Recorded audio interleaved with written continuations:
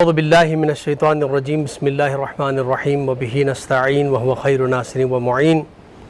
لاکھوں کروڑوں درود و سلام ہو سید الانبیاء رحمۃ للعالمین خاتم النبیین محمد مصطفیٰ صلی اللہ علیہ وآلہ وسلم پر، ان کے آل پاک پر، اصحاب منتجبین پر۔ ناظرین کرام، پروگرام نذرانہ عقیدت میں آپ کا میزبان ڈاکٹر سید مظفر حسین رضوی آپ کی خدمت میں حاضر ہے۔ میری جانب سے آپ تمام محترم ناظرین کی خدمت میں السلام علیکم ورحمۃ اللہ وبرکاتہ۔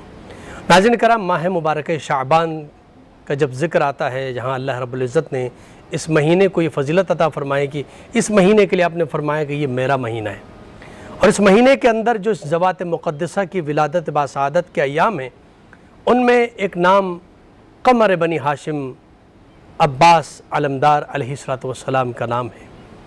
یہ کربلا والوں کی آمد کا مہینہ ہے، لیکن خاص کر آج جو تذکرہ ہوگا حضرت عباس علمدار کی ولادت باسعادت کے عنوان سے، تو سب سے پہلے میں تمام محترم ناظرین کی خدمت میں اپنی جانب سے اور سچ ٹی وی کی جانب سے حضرت عباس علمدار کی ولادت باسعادت کی مبارکباد پیش کرتا ہوں۔ ناظرین کرام، حضرت عباس علمدار کا مقام کیا ہے، کیا بلندی ہے کہ شاعر کہتا ہے کہ وفا کو ناز ہے جس پر اسے عباس کہتے ہیں، اور لگے جو ثانی حیدر اسے عباس کہتے ہیں، اور علم پتھر پہ جو گاڑے اسے کہتے ہیں سب حیدر، اور علم پانی پر جو گاڑے اسے عباس کہتے ہیں۔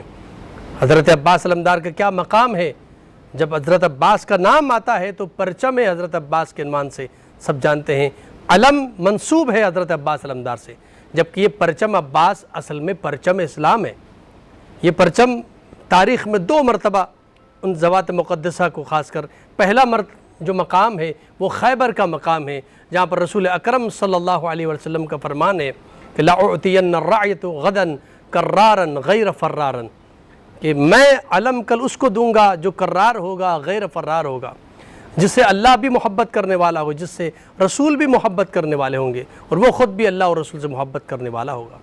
تو یہ ایک تاریخی پس منظر ہے کہ جہاں پر رسول اکرم نے پرچم اسلام کو علی مرتضیٰ کے ہاتھ میں دیا، اور اس کے بعد کربلا کی سرزمین ہے وہی پرچم اسلام کہ جو رسول نے علی کو دیا تھا، اور علی سے چلتا ہوا کربلا کی سرزمین پر سید الشہداء کے ہاتھ میں ہے، اور آج سید الشہداء جب علم اسلام کو حضرت عباس علمدار کے ہاتھ میں دیتے ہیں، اس کے بعد یہ پرچم منسوب ہے حضرت عباس علمدار کے ساتھ۔ ناظرین کرام، اس حوالے سے پرچم عباس کا جو تذکرت ہوا، لیکن خود حضرت عباس علمدار کی زندگی، ان کی سیرت پر گفتگو کے لیے ہم نے اپنے اسٹوڈیو میں ممتاز علماء کرام کو مدعو کیا ہے، جو آج سیرت حضرت عباس علمدار پر گفتگو فرمائیں گے۔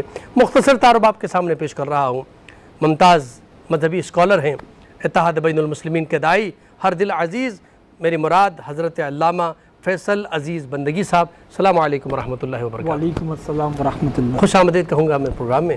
اور ہمارے ساتھ دوسرے مہمان ہیں، ممتاز خطیب اہل بیت ہیں، حضرت علامہ سید کامران حیدر عابدی صاحب۔ السلام علیکم ورحمۃ اللہ وبرکاتہ۔ خوش آمدید کہوں گا پروگرام میں۔ اور ہمارے ساتھ تیسرے مہمان ہیں، مشہور و معروف منقبت خاں جناب سید ارسلان علی رضوی صاحب۔ السلام علیکم ورحمۃ اللہ وبرکاتہ۔ سلسلے گفتگو کا آغاز میں قبل آپ سے کرنا چاہوں گا۔ حضرت عباس علمدار کا تذکرہ جب ہوتا ہے تو آپ کی ولادت باسعادت کا، تو اس سے پہلے آپ کی والدہ محترمہ کا بھی تذکرہ ہوتا ہے، اور چونکہ مولائے کائنات امیر المؤمنین علیہ السلام یہ ذکر کر چکے تھے کہ مجھے ایک ایسا بیٹا چاہیے، اور یہ چونکہ سیرت طیبہ میں بھی ہے کہ شادی کریں تو پہلے آپ بیٹے کو اپنے ذہن میں رکھیں کہ کیسا بیٹا چاہیے، تو اس کی ماں کو تلاش کریں۔ بالکل۔ تو مولائے کائنات نے بھی اپنے بھائی عقیل سے یہ کہا، چونکہ وہ انصاب کے ماہر تھے، کہا کہ مجھے ایک ایسے بیٹے کی ضرورت ہے جو باوفا بھی ہو اور شجاع بھی ہو، شجاعت کے حوالے سے۔ تو آپ نے پھر حضرت ام البنین کا انتخاب فرمایا۔ کون ہے حضرت ام البنین، اور یہ انتخاب کس انداز میں ہوا، کیا اس میں میسج ہے امت کے لیے؟ حضرت ام البنین کا انتخاب وہ بھی ایک حکمت کے سبب سے تھا۔ اگر تاریخ انسانی کو دیکھا جائے، بلکہ تاریخ انبیاء کو دیکھا جائے، تو اس میں قرآن حکیم میں بھی مختلف مقامات پر کسی خاص واقعے کے پیش نظر اس کی قبل از وقت تیاری کے حوالے سے دعائیں ملتی ہیں۔ جیسے حضرت موسیٰ کلیم اللہ کی ایک دعا ہے، وَاجْعَلْ لِي وَزِيرًا مِّنْ أَهْلِ هَارُونَ أَخِي، پروردگار میرے گھر والوں میں سے ہارون کو جو میرا بھائی ہے اس کو میرا وزیر بنا دے۔ کیوں؟ اس لیے کہ وہ جانتے تھے کہ اب آگے فرعون سے مارکا ہے اور ایک بڑی مہم ہے، تو اس کے لیے پہلے سے تیاری کے لیے موسیٰ علیہ السلام نے حضرت ہارون کو مانگا۔ رسول اکرم علیہ السلام کی دعا، رب ادخلنی مدخل صدق واخرجنی مخرج صدق، مجھے یہاں صدق سے نکال دے، صدق کے ساتھ داخل کر دے، وجعل لی وزیرا من اہلی ہارون، اور مجھے صدق سے نکال دے، صدق کے ساتھ داخل کر دے، اور وجعل لی من لدنک سلطانا نصیرا، اور اپنی بارگاہ سے میرے لیے ایک سلطان نصیر قرار دے دے۔ سبحان اللہ۔ تو آقا دو جہاں نے بھی اپنے لیے مددگار مانگا، اور میں ان کی سب کی تفصیلات میں نہیں جا رہا، پھر آگے بڑھیں۔ رسول اکرم علیہ السلام نے جب کربلا کی واقعات کو قبل از وقت بیان کیا، پیشن گوئی کے طور پر، اہل سنت کے ہاں 12 روایات ہیں جس میں کربلا کی تفصیلات احادیث کے ذریعے بیان ہوئی۔ اس دور کے حاکم کا نام مجموع الزوائد کی روایت میں یزید کا نام ہے۔ اس دور کے حاکم کی عمر، حاکم کا خاندان اور حاکم کا مزاج یہ بیان ہوا۔ اور جب صحابہ کرام یہ بات جانتے تھے تو مولا علی تو بدرجہ اتم جانتے تھے۔ پھر مولا علی کی وہ روایت بھی ہے کہ جب آپ صفین سے واپس آ رہے تھے تو کربلا کے مقام پر آپ رکے اور آپ نے بتایا یہاں کربلا برپا ہوگی، اور وہاں آپ نے نماز بھی ادا کی۔ یہ سب صحابہ کرام جانتے تھے، مولا علی جانتے تھے، تو کیسے ممکن ہے کہ اس کی تیاری نہ کریں؟ کیا بات ہے! اس کی تیاری تھی، مولا علی جانتے تھے جب واقعہ کربلا ہوگا رسول اکرم، سیدہ زہرا، امام حسن یہ ظاہراً پردہ فرما چکے ہوں گے، اور وہ اپنے متعلق جانتے تھے کہ میں بھی اس وقت ظاہراً موجود نہیں ہوں گا، تو ایک مددگار چاہیے حسین ابن علی کے لیے۔ اس مددگار کی طلب نے حضرت ام البنین سے اب تک پہنچا دیا۔ سبحان اللہ، سبحان اللہ۔ اور پھر وہ جو آپ نے بیان کیا کہ حضرت عقیل جو کیونکہ نسب کے ماہر تھے، اور اب یہ ہمارے ہاں علم مفقود ہو گیا ہے، حالانکہ اس علم کی اب زیادہ ضرورت ہے، تو اب یہ بدقسمتی سے مفقود ہو گیا۔ تو حضرت عقیل نے انتخاب کیا بہادر خاندان، بہادر قبیلہ۔ کیا بات ہے! بہادر خاندان تھا قبیلہ بنو کلاب، اور اس قبیلے کی بہادر ترین خاتون تھی حضرت فاطمہ کلابیہ، کیا بات، جو ام البنین کہلاتی ہیں۔ یعنی آپ یہ دیکھیے کہ رسول اکرم علیہ السلام کی دادی، ان کا نام فاطمہ مخزومی، رسول اکرم کی پہلی ساس حضرت خدیجہ الکبریٰ کی والدہ، ان کا نام فاطمہ، رسول اکرم کی چچی فاطمہ بنت اسد، رسول اکرم کی شہزادی فاطمہ، اور فاطمہ کے گھر میں پھر فاطمہ، تو اور پھر اسی گھر میں فاطمہ ثانی۔ سبحان تو اللہ، یہ ایک فاطمی حالہ ہے جو اس گھر کے 4 جانب قائم ہے۔ سبحان اللہ، سبحان اللہ۔ حضرت ام البنین وہ ادب شناس اہل بیت تھی، اور یہ انتخاب بتاتا ہے کہ جب مولا علی نے منتخب کیا ہے بہادر خاتون ہو، خود مولا علی جیسا بہادر ہو، بہادر فرزند پیدا ہو، تو کیسے ممکن ہے کہ ان خاتون میں اہل بیت کی معرفت نہ ہو؟ کیا بات، کیا بات! اس معرفت کا اندازہ اس مشہور روایت سے لگایا جا سکتا ہے کہ جب آپ رخصت ہو کر آئیں تو حسنین، کریمین، طیبین، قمرین، نورین، منیرین سے عرض کی کہ میں آپ کی ماں بن کر نہیں آئی، اللہ اکبر، اللہ اکبر، میں آپ کی ماں کی کنیز ہوں، کیونکہ آپ کی ماں تو بنت رسول زہرا ہیں۔ تو یہ انتخاب معمولی انتخاب نہیں تھا، اور اس انتخاب کا نتیجہ وہ عباس علمدار ہیں جس کے نقش تاریخ پر اتنے گہرے ہیں کہ جتنا وقت گزرتا چلا جاتا ہے اس کے اثرات کم نہیں ہوتے، مزید گہرے بڑھتے چلے جاتے۔ سبحان اللہ، بہت خوبصورت بات کی کہ معرفت کی کس منزل پر تھیں ام البنین علیہ السلام، جو ہے کہ ظاہر ایک دلہن پہلی مرتبہ گھر میں آتی ہیں تو وہ اپنا ایک مقام ظاہر کرنا چاہتی ہیں، لیکن یہ کہ آپ کی معرفت کی انتہا دیکھیے کہ آپ گھر میں جا کے کس انداز میں۔ امیر المومنین علی بن ابی طالب علیہ السلام خود ماشاءاللہ انصاف کے آپ سے زیادہ ماہر کون ہو سکتا ہے، کہ جو روایت ملتی ہیں کہ آپ کی تلوار کے نیچے آپ نسلیں دیکھ کے تلوار چلاتے تھے، کہ ان کی کسی نسل میں آگے جا کے اگر کسی نے اسلام قبول کرنا ہے، کوئی مومن آ سکتا ہے تو اس پر تلوار نہیں چلتی تھی۔ تو اس میں میسیج ہے، کوئی خاص میسیج دینا چاہتے ہیں تاکہ تاریخ میں یہ رقم ہو کہ آپ سوال بھی کریں اور حضرت عقیل جو ہے نا اس کے جواب میں یہ چیزیں دکھائیں سامنے، تاکہ آنے والے زمانے کے لوگ یہ سمجھیں کہ دیکھیں اس کی بڑی اہمیت ہے کہ آپ جب کسی فرزند کے طلب ہے تو یہ تو میسیج ہے سب کے لیے کہ آپ پہلے فرزند اپنے ذہن میں رکھیں اور اس کے بعد اس کی ماں کو تلاش کریں. تو خاص کر امیر المومنین نے یہ ایک میسیج یہاں پر اس عنوان سے تمام امت کو, تمام لوگوں کو دیا ہے کہ انتخاب ماں, انتخاب زوجہ خاص کر کس طرح ہونا چاہیے. تو آپ کیا فرماتے ہیں خود امیر المومنین کے گھر میں جب حضرت عباس علمدار جیسی ذات جب دنیا میں تشریف لائی ہیں تو وہ خوشی کا کیا موقع تھا, کس طرح خوشی منائی اہل بیت کے گھرانے نے؟ بسم اللہ الرحمن الرحیم. بہت عمدگی کے ساتھ مختصر لفظوں میں مولانا فیصل عزیز بندگی صاحب نے بیان فرمایا. تو آپ قرآن مجید کے حوالہ جیسے کہ قبلہ نے دیا تو آپ دیکھیں گے کہ قرآن مجید میں کچھ انبیاء کا ذکر ہے جن کی ولادت سے قبل ان کے اوصاف بیان کیے گئے. حضرت یحییٰ کے ذکر میں سورہ مریم میں یا دیگر سوروں میں بھی ہے کہ جہاں حضرت زکریا دعا کر رہے ہیں اور پروردگار نے جب خوشخبری دی ہے تو اس کے ساتھ ان کے اوصاف بھی بیان کیے. حضرت عیسیٰ کی ولادت سے قبل ان کے اوصاف بیان کیے گئے. اسی طرح حضرت ابراہیم علیہ السلام کو جب حضرت اسماعیل یا حضرت اسحاق کی ولادت کی خبر دی گئی تو کبھی فبشرناہ بغلام حلیم, کبھی فبشرناہ بغلام علیم کہہ کر ان کے اوصاف بیان کر دیے گئے. گویا کچھ ہستیاں ایسی ہوتی ہیں کہ جن کے فضائل کاتب تقدیر پہلے ہی طے کر دیتا ہے. سبحان اللہ سبحان اللہ. اب اگر مولا علی کی اس زبان مبارک سے جو ترجمہ وحی ہے اگر ذکر ہو رہا ہے فضائل مولا عباس کا تو اس کو بھی ہمیں اسی انداز سے دیکھنا ہوگا ٹھیک کہ ان کی ولادت سے قبل مولا عباس کی ولادت سے قبل ان کے فضائل بیان کر دیے گئے. کہ اسی طرح جناب فاطمہ بنت حزام بی بی ام البنین جو قرار پائی, 4 بیٹوں کی ماں تو ام البنین, تو اس وقت تک ظاہر ہے کہ تاریخ کی نگاہوں کے سامنے بی بی نہیں ہے, یعنی کوئی ان کے متعلق جانتا نہیں ہے, لیکن مولا علی اپنی زبان سے ذکر کر رہے ہیں تو اور جناب عقیل کی نگاہ فوراً وہاں پہنچتی ہے تو پتہ چلتا ہے کہ کردار میں اور شجاعت میں یہ خاندان بھی اور خود بی بی بھی اتنی نمایاں ہے کہ جناب عقیل نے کسی اور کا انتخاب نہیں کیا. اچھا معذرت کے ساتھ یہاں پر بریک کا ٹائم ہوتا ہے. ناظرین کرام مختصر سا بریک لیتے ہیں, بریک کے بعد آپ کی خدمت میں حاضر ہوتے ہیں, ہمارے ساتھ رہیے گا.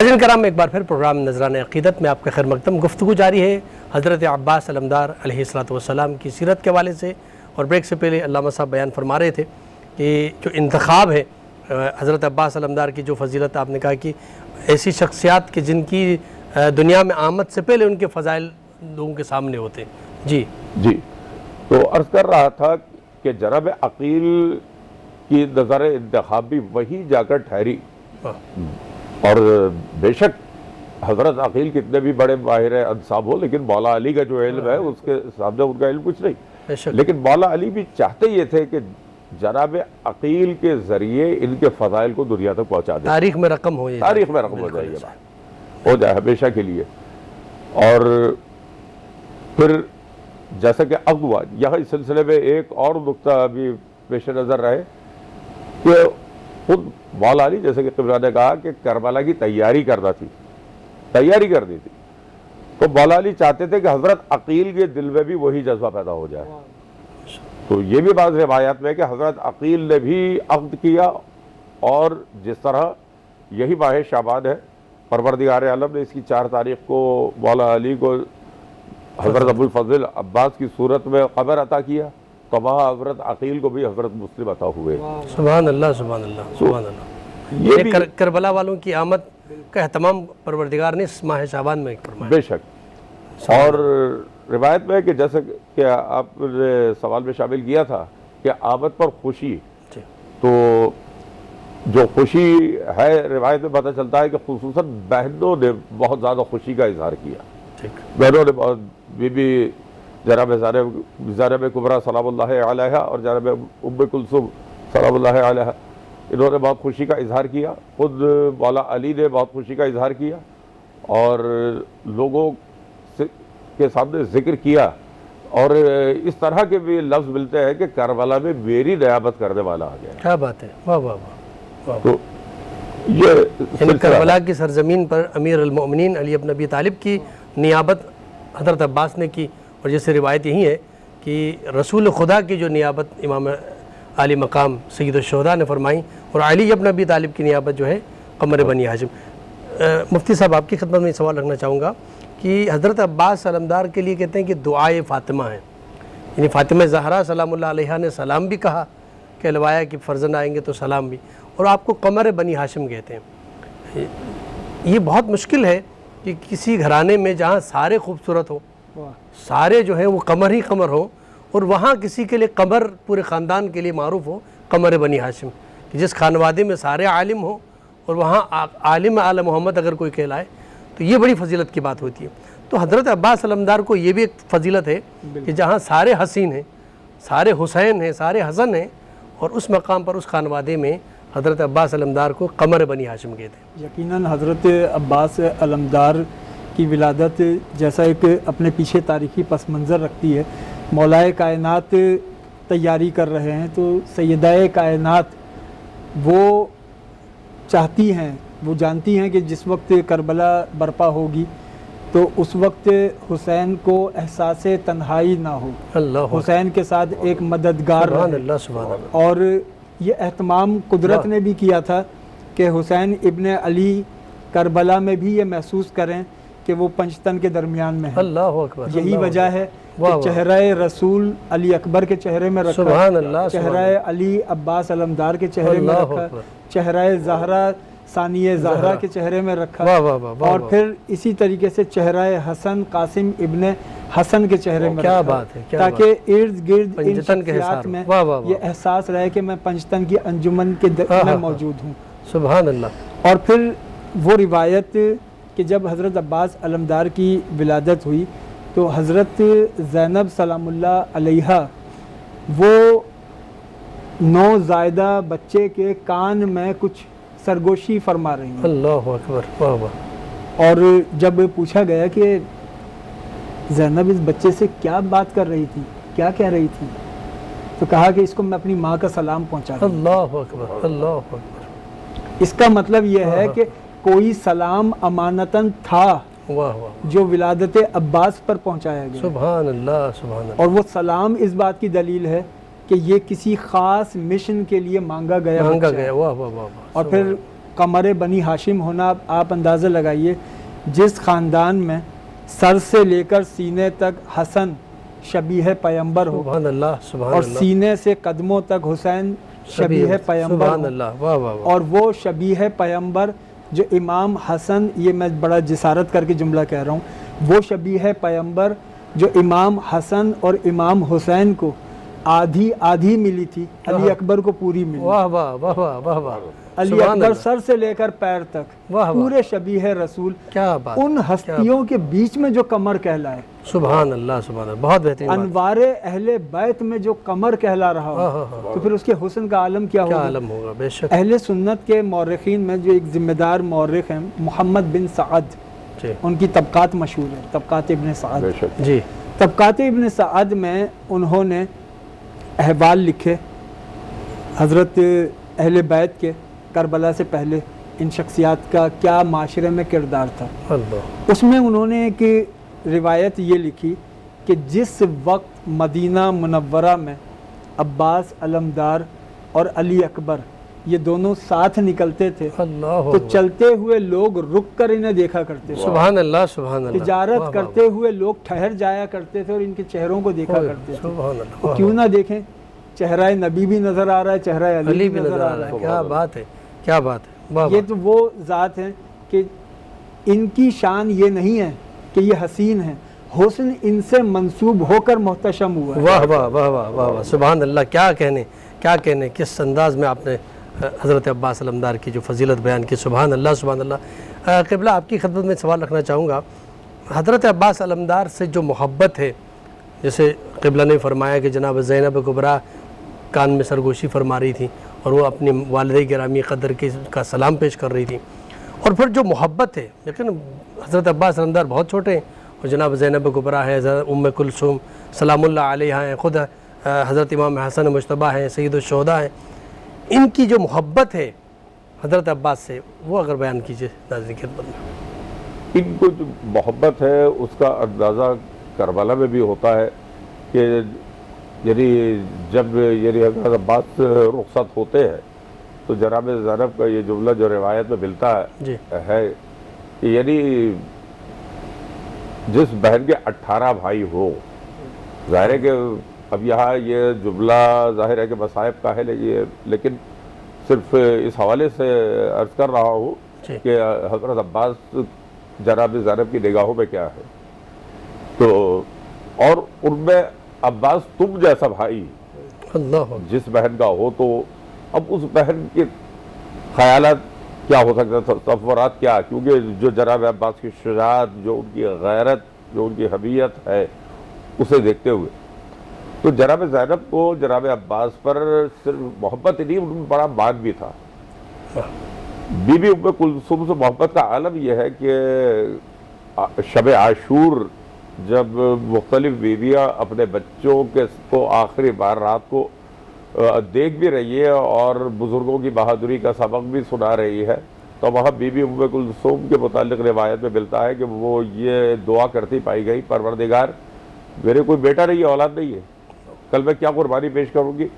تو اس موقع پر جناب عباس اجازت لے کر خیمے میں آتے ہیں اور فرماتے ہیں کہ میں آپ کا غلام ہوں، اللہ آپ مجھے قربان کر دیجئے۔ اللہ اکبر اللہ۔ تو یہ یعنی یہ ایک محبت بھی ہے، قربت بھی ہے، اور خود یعنی بہنوں کو بھائی کے اوپر کس قدر مان ہے، اللہ اور خود مولا عباس یہ کہ جیسا کہ پڑھا جاتا ہے کہ کبھی امام حسن یا امام حسین کو بھائی نہیں بلکہ آقا کہہ کر مخاطب کیا ہے، یا بہنوں کو احترام کا یہ لیول ہے، آقا زادی کہہ کر مخاطب کر رہے ہیں، یعنی جو ایک رشتہ ہے وہ اپنے مقام پر، لیکن جو ان کو رتبہ پروردگار نے جناب سیدہ کی صورت میں عطا کیا تھا، جناب عباس اس کا پاس بچپن سے ہی کر رہے ہیں، واہ واہ واہ واہ سبحان اللہ۔ اور ہر موقع پر آپ امام حسین کے ساتھ نظر آتے ہیں۔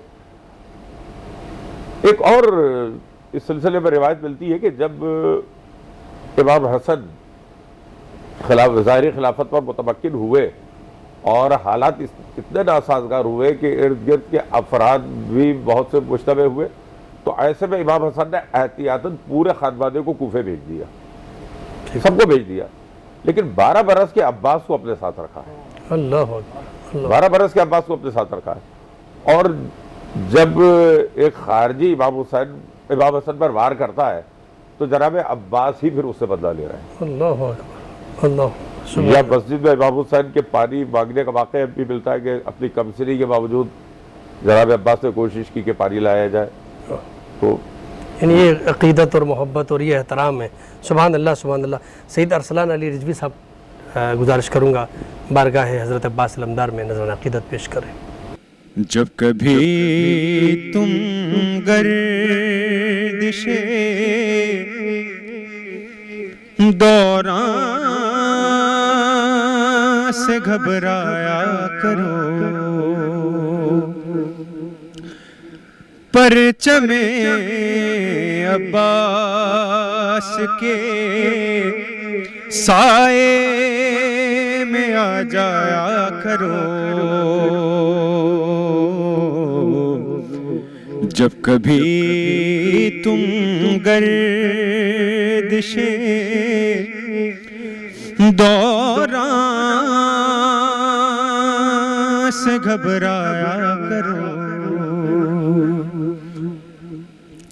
جب کبھی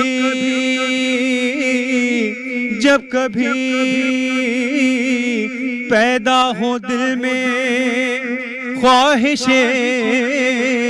خلد بری،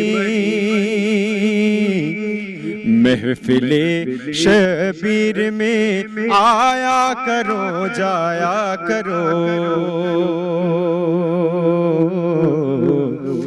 جب کبھی تم گردش دوران سے گھبرایا کرو، اور رزق میں وسعت ملے گی، برکتیں بڑھ جائیں گی، کہ حاضری یہ حضرت عباس کروایا کرو، جب کبھی تم گردش دوران سے گھبرایا کرو، اور خود بخود علم و عمل کی تربیت ہو جائے گی، ارے اپنے بچوں سے علم غازی کا اٹھوایا کرو، اپنے بچوں سے علم غازی کا اٹھوایا کرو، جب کبھی تم گردش دوران سے گھبرایا کرو، اور حبس کے ماحول میں جب بھی گھٹن محسوس ہو، خوشبوئے ذکر علی سے گھر کو جگمگایا کرو، جب کبھی تم گردش دوران سے گھبرایا کرو۔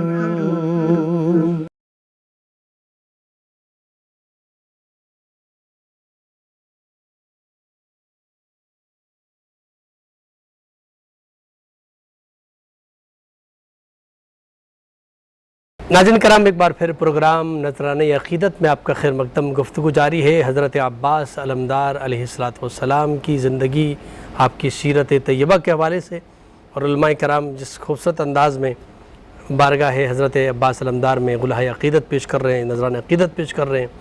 یقیناً عباس علمدار کا ذکر ہو اور پھر اس میں لطف اور اس میں چاشنی، اس میں مزہ نہ آئے، کیسے ممکن ہے؟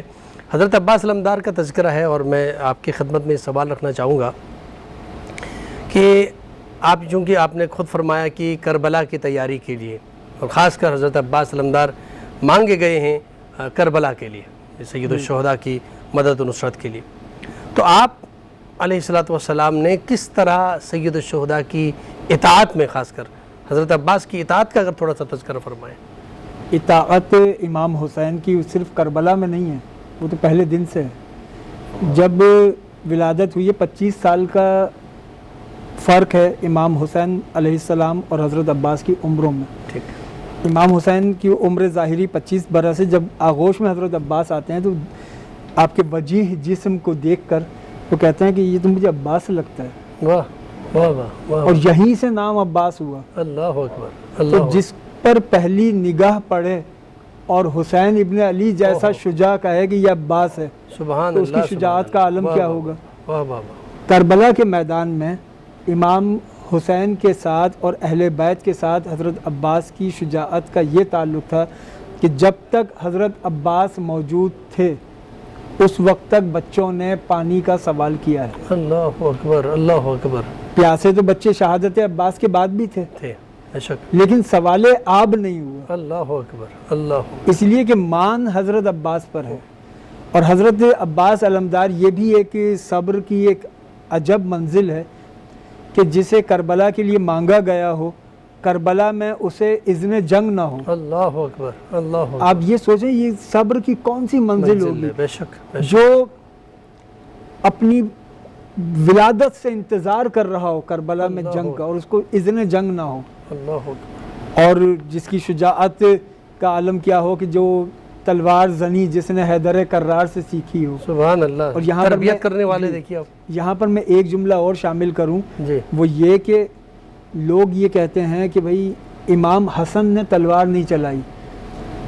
میں ان کے لیے جملہ شامل کر رہا ہوں, طبقات ابن سعد کے اندر ہی موجود ہے کہ حضرت عباس علمدار نے 2 شخصیات سے تلوار چلانا سیکھی تھی, ایک مولا علی سے, پھر امام حسن سے. اللہ اکبر. اللہ تو عباس وہ شجاع ہے جس کا استاد حسن مجتبی. سبحان اللہ. سبحان اللہ. بے شک حضرت, اور پھر اس جیسا تو زمانے میں کوئی شعر نہیں ہے, آہا. اس جیسا تو زمانے میں کوئی شعر نہیں ہے, عباس کے تو نام میں بھی زیر نہیں. اللہ اکبر. اللہ اکبر. یہ زبر ہی زبر کیا ہے. بات ہے. کیا اور بات. پھر جو پیاس کے عالم میں ایسی تاریخ رقم کرے کہ بقول میر احمد نوید کہ موج کوثر سر اٹھا کے دیکھتی رہ گئی. اللہ اکبر. واہ واہ. موج کوثر سر اٹھا کے دیکھتی رہ گئی, اتنی اونچائی پہ رکھ دی تشنگی عباس نے. اللہ اکبر. اللہ اکبر. واہ واہ واہ. اتنی اونچائی پہ رکھ دی تشنگی عباس نے. سبحان اللہ. سبحان اللہ. عباس علمدار یہ وہ ہیں کہ ان کی موجودگی وہ باطل کے دلوں کے اوپر ایک ہیبت تھی, اور اس شجاعت کا ایک اور پہلو بھی دیکھیے کہ شمر جو ام البنین کے قبیلے سے تھا, لوگ بھائی کہتے ہیں, ایسا نہیں, وہ قبیلے سے تھا.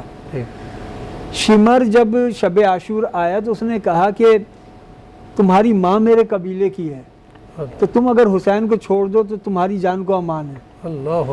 ہر انسان کی فطرت ہے کہ وہ اپنی جان کی امان چاہتا ہے, لیکن یہاں عباس علمدار نے جو جواب دیا اس جواب کا جواب نہیں کہ سامنے وہ ہے جو ماں کے قبیلے سے ہے. تو ایک ایسا موقع گزر چکا تھا کہ جہاں آقائے دو جہاں کے خاندان کا ایک فرد تھا اور آقائے دو جہاں کی عظمتوں کو تسلیم کرنے پر تیار نہیں تھا ابو لہب. تو اس وقت قرآن نے کہا تھا تبت یدا, اور جب شمر نے حضرت عباس کو یہ پیشکش کی تو حضرت عباس نے فرمایا تبت یدا. اللہ اکبر. اللہ. شمر تیرے ہاتھ ٹوٹ جائیں, اللہ اکبر. تو میرے لیے امان لے کر آیا ہے, تجھے نواسہ رسول کا کچھ پاس نہیں. اللہ اکبر.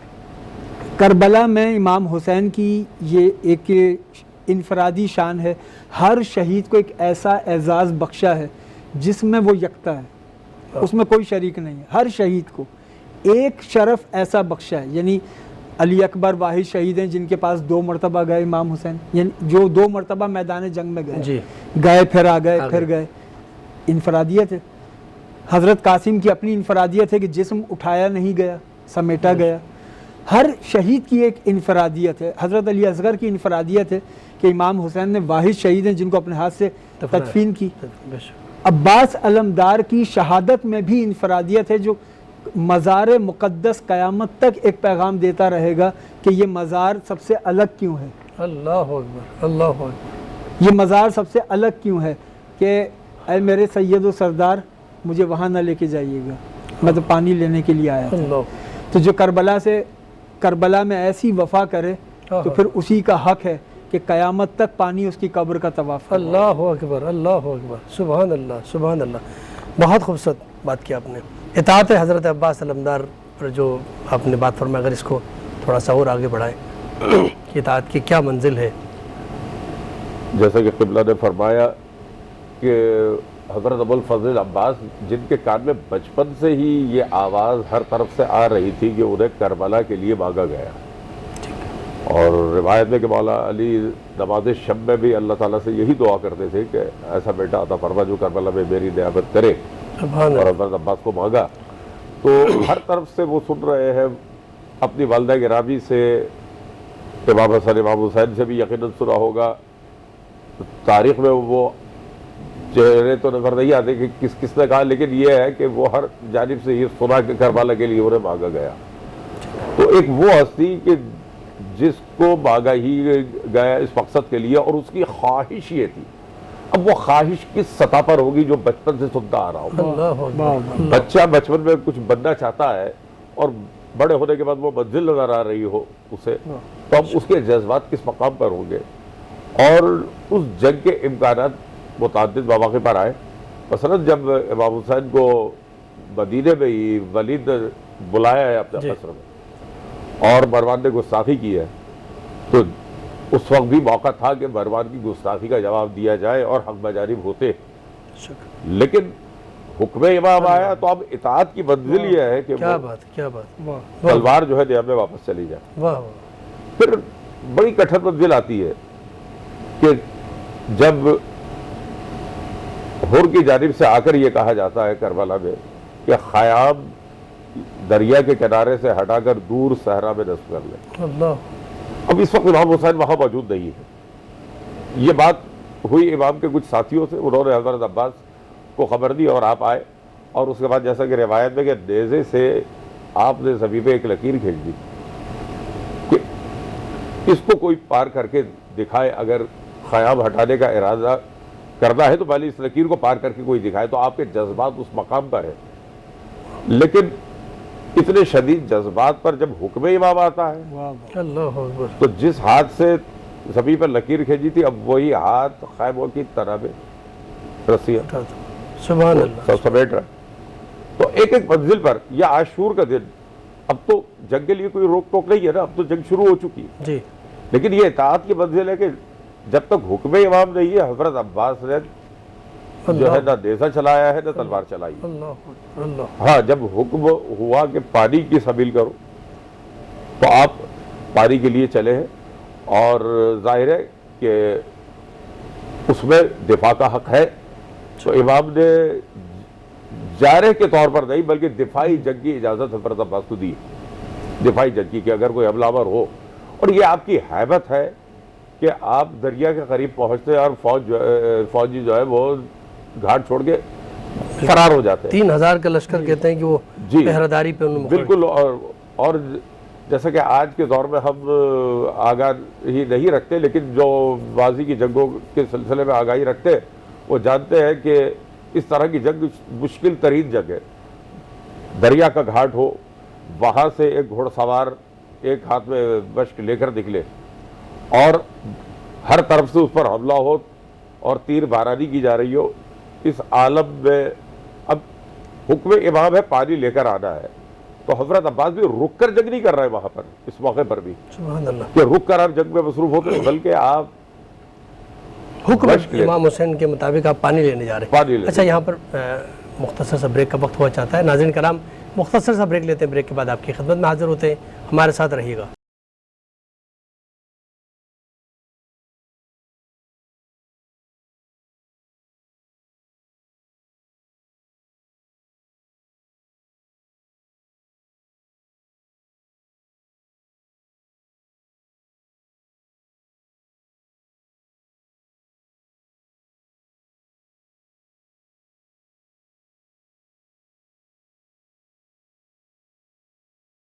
کرام ایک بار پھر پروگرام نظران عقیدت میں آپ کا خیر مقدم. حضرت عباس علمدار کا تذکرہ ہو رہا ہے، اور بریک سے پہلے علامہ صاحب بیان فرما رہے تھے کہ اطاعت حضرت عباس علمدار کس منزل پر تھے کہ آپ جس کو کربلا کے لیے تیار کیا گیا آپ بچپن سے سنتے آ رہے ہیں، لیکن اس مقام پہ آ کے بھی جہاں پر واقعاً مرحلہ آ چکا تھا، منزل آ چکی تھی کہ سید الشہداء کی حفاظت کے لیے آپ جنگ لڑتے، لیکن یہ کہ سید الشہداء ہے کہ حکم کے مطابق آپ نے تلوار نہیں اٹھائی. اور وہ منزل کی جہاں پر آپ کے سامنے اشکیا اور فوجی موجود ہیں، لیکن آپ کے ذہن میں ہے کہ پانی لے کر آنا ہے. جی یہی عرض کر رہا تھا کہ یعنی اپنی خواہش تو یہ ہے کہ جنگ کرنی ہے، اور ایک ایسی جنگ کہ دنیا کو حضرت علی کی یاد آ جائے، لیکن اس خواہش پر اطاعت امام غالب ہے حضرت عباس کی. تو ہر مقام پر آپ نے اطاعت امام کا جو ہے پاس رکھا ہے. اچھا قبلہ، میں معذرت کے ساتھ آپ کو یہ تذکرہ جب حضرت عباس کا نام آتا ہے تو وفا کا تذکرہ ہوتا ہے، شجاعت کا تذکرہ ہوتا ہے، جبکہ آپ خانوادہ آل محمد صاحب کا تعلق ہے. آپ کا علمی مقام، آپ کی خطابت، آپ کی شجاعت، آپ کی سخاوت، آپ ماشاءاللہ ہر حوالے سے آپ اس آل محمد کے گھرانے سے تعلق رکھتے ہیں.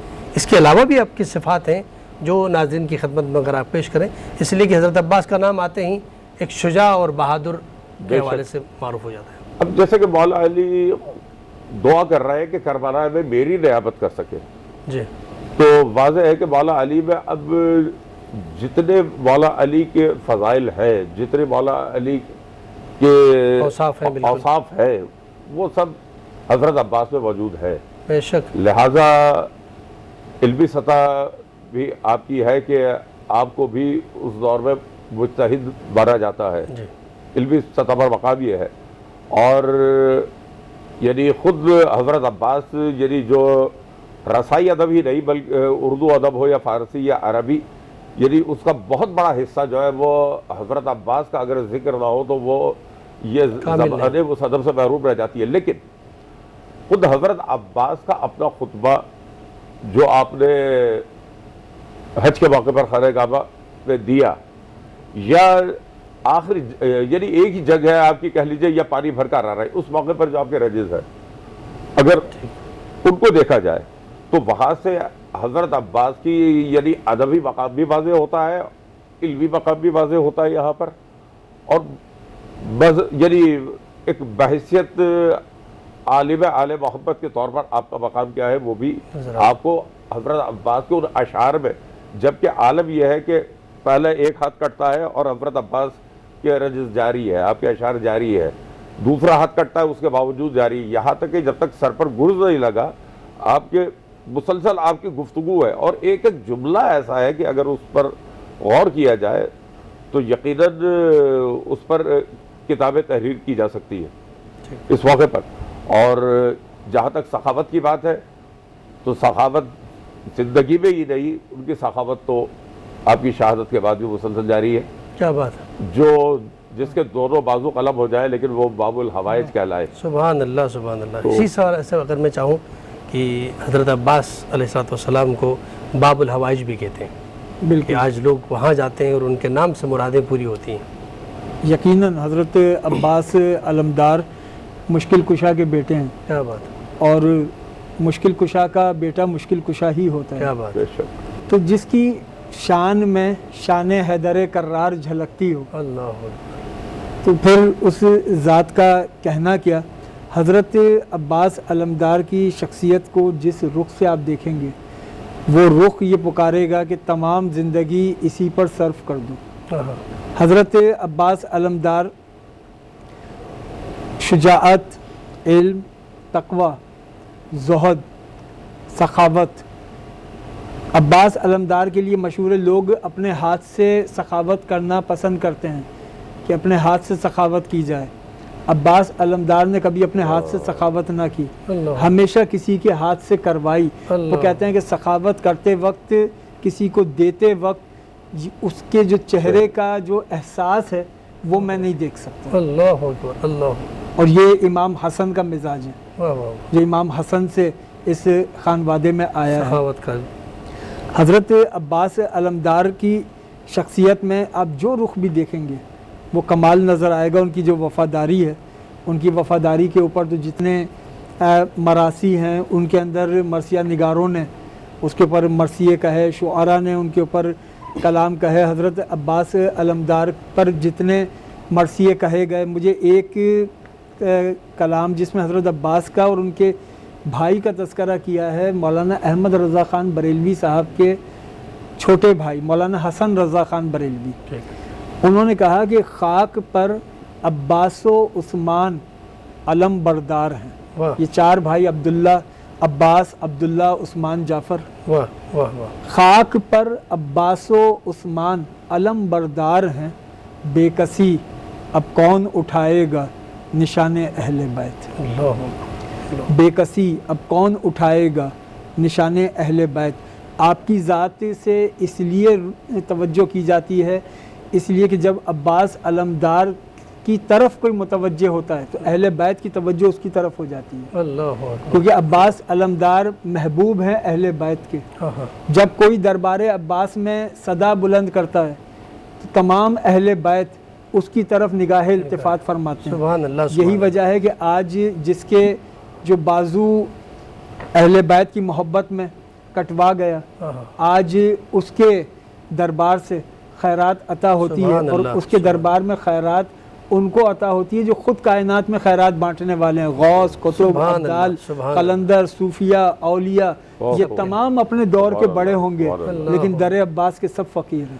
سبحان اللہ۔ میں نہایت ممنون و مشکور ہوں علماء کرام کا کہ جنہوں نے آج کے موضوع پر سیر حاصل گفتگو فرمائی، اور آخر میں اجازت چاہتا ہوں آپ سے، اور ساتھ ہی گزارش کروں گا مشہور و معروف منقبت خواں جناب سید ارسلان علی رضوی صاحب سے کہ یہ بارگاہ امامن میں نذرانہ عقیدت پیش کریں۔ ماجرا کیا ہے سمجھ میں نہیں آتا